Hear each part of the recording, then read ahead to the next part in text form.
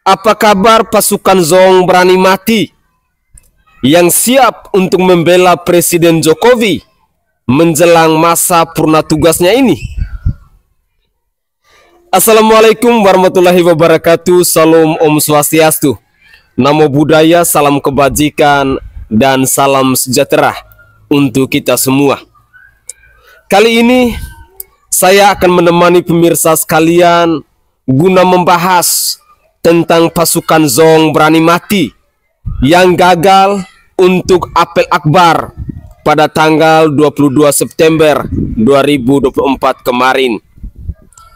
Apakah pasukan Berani Mati ini takut dengan ancaman dari Rizik Syihab yang sudah menyuruh jemaatnya untuk mengasah golok mereka? Ataukah pasukan Zong Berani Mati ini sedang mempermainkan sandiwara mereka guna membuat kegaduhan di bangsa dan negara tercinta kita? Cerita tentang pasukan Zong Berani Mati yang gagal untuk menyelenggarakan apel akbar mereka ini pada akhirnya heboh didiskusikan di tengah masyarakat Indonesia. Dan berikut ini saya ingin menyajikan beberapa komentar dari netizen yang menanggapi tentang gagalnya apel akbar dari pasukan Zong Berani Mati ini. Inilah komentar netizen selengkapnya, dan mari kita saksikan bersama-sama. Salam NKRI. Mana nih yang katanya pasukan siap mati bela Jokowi, yang katanya mau dihadiri 20.000 orang? Kok nggak ada ya? 20.000 orangnya pada kemana? Hah, gue mau nanya. Hah, udah cair duitnya? Udah.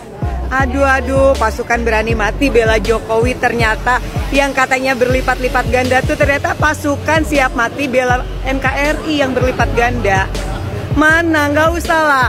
Kalian tuh sok-sok bikin pemberitaan narasi pasukan siap mati bela Jokowi yang akan menghadiri 20.000 orang di Tugu Proklamasi pada tanggal 22. Buktinya saya bersama teman-teman di sini kosong-kosong aja tuh, nggak ada tuh satu pun yang namanya pasukan siap mati bela Jokowi. Ya ampun, segini ternyata kalian cuman modal cuap-cuap biar dana cair gitu maksudnya. Ya cukup tahu aja ya. Oke, salam NKRI. Mana nih yang katanya pasukan siap mati bela Jokowi? Halah Nov, nggak usah sok-sokan begitu. Mana nih. Ini loh, saya salah satu rakyat Indonesia yang akan mendukung Bapak Jokowi dan akan selalu membela Bapak Jokowi. Kamu kan yang namanya si Novi Bule yang kemarin bikin statement bahwasannya Bapak Jokowi itu adalah iblis yang berbentuk manusia. Kamu kan? Dan waktu saya bela Bapak Jokowi, saya bikin VT, ya. Kamu laporkan akun saya kan? Sampai akhirnya saya kena ban oleh TikTok dan VT saya dihapus. Tapi alhamdulillahnya Nov ya, ada salah satu akun namanya Gusti Aji itu sempat merepost VT saya, ya. Waktu itu VT saya menanggapi tentang statementmu itu, ya. Bahkan sampai ada tetanggamu itu yang nge-DM saya, ya kan, memberitahukan bagaimana sebetulnya kehidupanmu yang sesungguhnya. Saya kasihan loh sebetulnya dengan hidup kamu, meskipun kamu sudah berbuat jahat dengan saya. Nggak usah sok-sokan begitu, ya. Kita ini pendukung Bapak Jokowi ini bisa melakukan hal-hal yang lebih bermartabat, terhormat, dan elegan, ya. Nggak usah harus turun ke jalan, nggak usah harus teriak-teriak cari makan nasi bungkus di jalanan, ya. Kita lebih terhormat, ya. Beda kelas, Nov. Beda kelas. Guys, hari ini saya berada di Monas tanggal 22 September. Kita lihat banyak sekali keramaian mobil tuh, rame guys. Yang katanya ada 20.000 orang apel siaga Mulyono, ini nggak ada guys. Ini hari ulang tahun TNI. Acara TNI bukan ulang tahun ya, acara TNI bukan apel siaga Mulyono. Lihat ya. Tuh, lihat tuh guys. Tuh, TNI AD. Ikutin aja jalan, jangan Nggak ada guys, 20.000, 20.000-an. Wah, nggak ada. Tidak ada 20.000 pasukan cari mati guys, nggak ada. Sangat disayangkan ketika narasi bahwa pasukan berani mati siap menggelarkan apel akbar di Tugu Proklamasi pada tanggal 22 September 2024 kemarin, ternyata itu hanyalah sandiwara semata. Saya pikir di era digitalisasi sekarang ini, rakyat Indonesia itu sudah sangat cerdas. Mereka lebih memilih untuk pasukan berani mati bela NKRI, bukan pasukan berani mati bela Presiden Jokowi. Cerita-cerita atau narasi-narasi seperti ini sebenarnya disebarkan oleh pelaku-pelaku atau oleh oknum-oknum yang punya kepentingan-kepentingan tertentu guna membuat kegaduhan di bangsa dan negara ini. Tapi apapun itu, kita harus maklumi. Dan saya pikir orang tidak bodoh, orang tidak gila menyerahkan nyawa mereka demi membela Presiden Jokowi. Masa pergantian presiden dari tahun-tahun, dari periode per periode itu biasa-biasa saja. Tidak ada yang istimewa. Tidak ada yang namanya pasukan berani mati. Kalau pasukan berani bela NKRI, itu mah ada.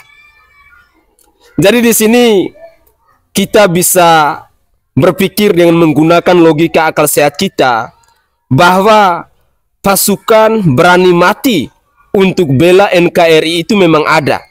Tetapi kalau pasukan berani mati untuk membela Bapak Presiden Joko Widodo menjelang masa purna tugasnya ini, itu tidak ada. Artinya pasukan zong saja, pasukan omong kosong, pasukan yang tidak berani untuk turun apel akbar pada tanggal 22 September kemarin di Tugu Proklamasi itu.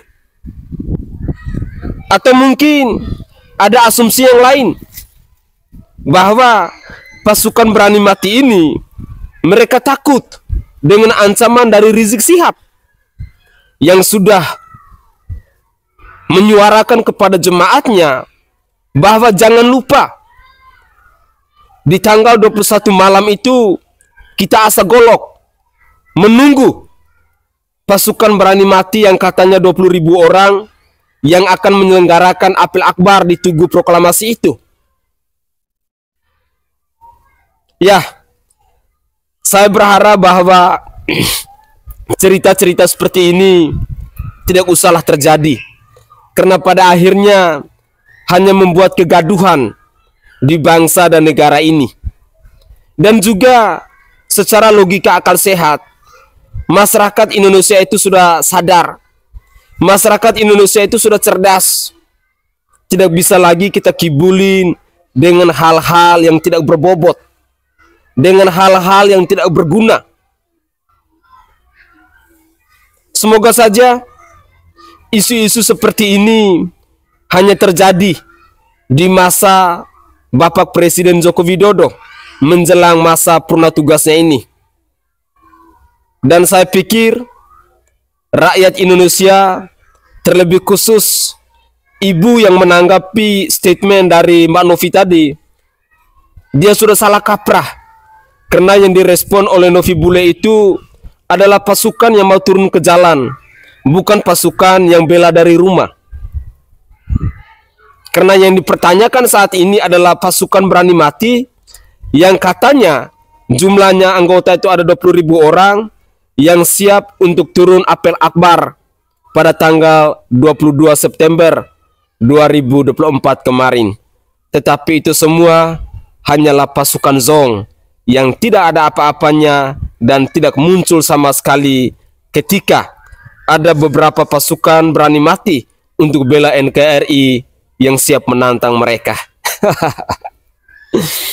Berikut ini ada satu statement yang menurut saya cukup menarik, yang mengatakan bahwa Pak Mulyono sekarang itu terkenal dengan busuknya. Mari kita simak bersama-sama cuplikan video berikut ini. Pak Jokowi memang terkenal, tapi terkenal keburukannya. Yang dicicil itu adalah soal politik dinasti, keluarga besarnya yang tidak sederhana, hidupnya sangat elitis, dan seterusnya dan seterusnya.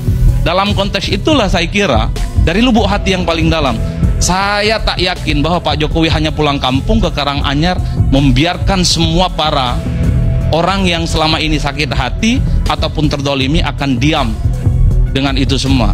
Oleh karena itu, pastinya Pak Jokowi sedang berpikir untuk mencari satu sandaran politik yang pastinya akan diandalkan supaya serangan-serangan itu bisa ditangkal dan ada orang yang kemudian pasang badan. Dan sorry itu saya sekali lagi, kalau hanya PSI dan Projo itu tak cukup lah menghadang bagaimana statement-statementnya Bang Faisal, Bang Hari Azhas, kawan-kawan mahasiswa dan kawan-kawan PDIP nantinya. Yang benar dari Allah, yang salah dari setan. Terima kasih. Assalamualaikum warahmatullahi wabarakatuh. Udah pada dengar katanya mau ada apel akbar pasukan berani mati Jokowi. Itu maksudnya apa ya? Kan beliau ini mau turun nih tanggal 20 Oktober. Nah terus pasukan berani mati ini untuk apa? Apakah memang ada upaya menghalang-halangi beliau turun tahta? Kan enggak. Kita dengan senang hati lah bahwa udah saatnya selesai ya selesai, ganti pada presiden terpilih, bukankah begitu? Yang kedua, ini kalau ngumpulin orang 20.000 itu kan potensi chaos ya. Nah kalau udah potensi chaos, kita malah jangan khawatir kemudian terbitlah perpu terkait dengan situasi darurat bla bla bla bla bla bla yang membuat kemudian presiden memperpanjang jabatan lah apa macam-macam. Kan nggak penting juga ya. Serasa orang Indonesia itu sangat peaceful dan sangat rela lah untuk ada pergantian kepemimpinan dan sebagainya ya, meskipun nggak 100% mendukung, tapi tetap kita mengikuti apa yang sudah diputuskan oleh MK gitu. Jadi ya jalanin aja. Terus kemudian orang-orang ini ngapain datang ke Jakarta? Siapa yang membiayai dan bagaimana pengelolaannya gitu ya?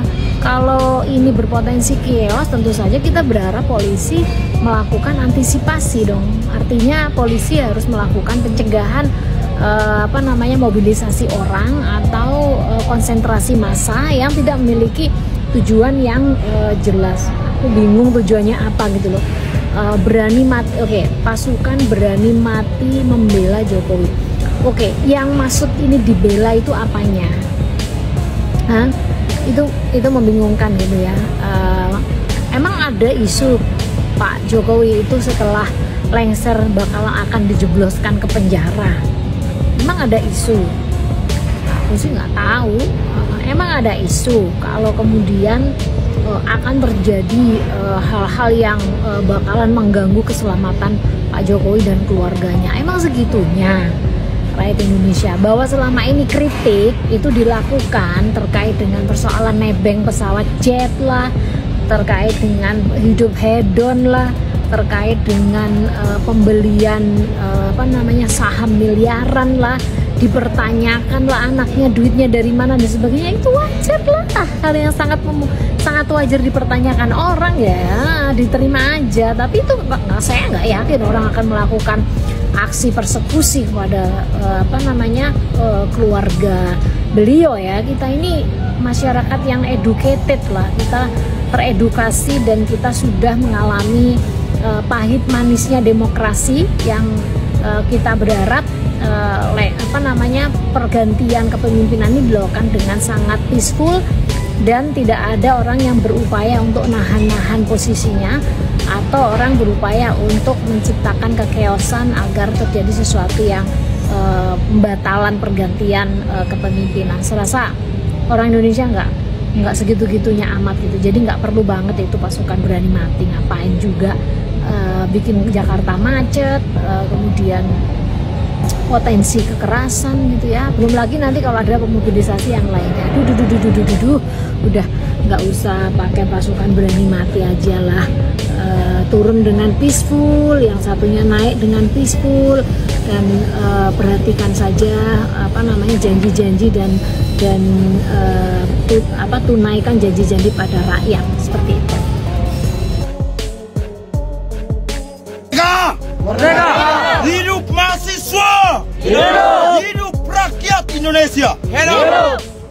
Lilin ini sebagai tanda bahwa Cipayung Timur Tengah Utara bersama BEM dan BLM Universitas Timur menyatakan sikap turut berduka cita atas matinya demokrasi di bawah kepemimpinan rezim Joko Widodo. Lilin ini sebagai bukti duka kita dan keprihatinan kita terhadap apa yang telah dilakukan oleh DPR sebagai lembaga yang katanya berdiri atas dasar kepentingan dan kedaulatan rakyat. Merdeka! Merdeka! Hidup mahasiswa! Hidup! Hidup rakyat Indonesia! Hidup!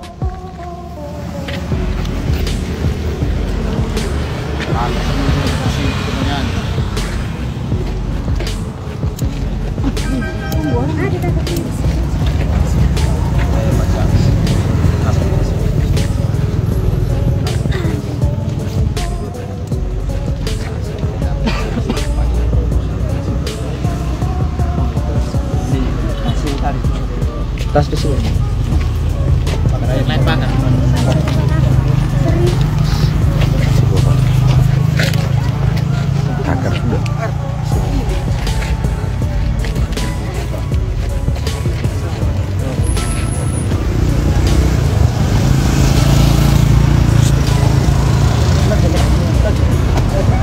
Balik bendera.